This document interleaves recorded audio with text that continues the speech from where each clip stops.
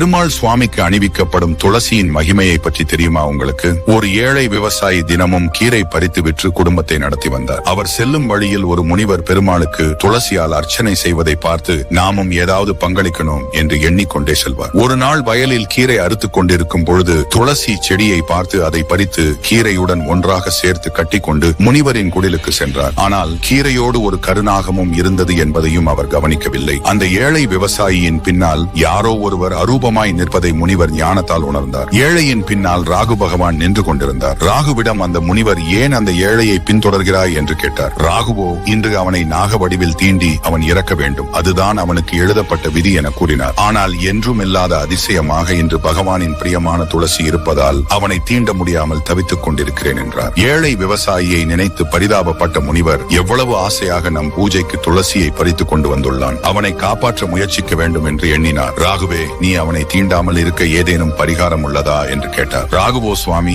நீங்கள் இத்தனை நாள் பூஜை செய்த புண்ணியத்தின் பலனை அந்த ஏழைக்கு கொடுத்தால் அவனது சர்பதோஷம் நீங்க பெறுவான், அதனால் நான் அவனை தீண்டாமல் சென்று விடுவேன் என்றார். தன் பல வருட பூஜையின் புண்ணியத்தை அந்த ஏழைக்கு தானமாக கொடுத்தார். அது கிடைத்ததும் ராகு பகவான் மகிழ்ந்து மறைந்து விட்டார். கருநாகமும் மறைந்தது. முனிவர் அந்த ஏழை விவசாயியிடம் இனி தினமும் துளசி பறித்துக் கொண்டு வர வேண்டும் என்றார். பெருமாளுக்காக செய்த இந்த சிறிய சேவை தன்னை ஒரு பெரிய ஆபத்திலிருந்து காப்பாற்றியதை நினைத்து மகிழ்ந்தார் ஏழை விவசாயி. ஒரு சிறிய துளசி கூட பகவானின் அருளால்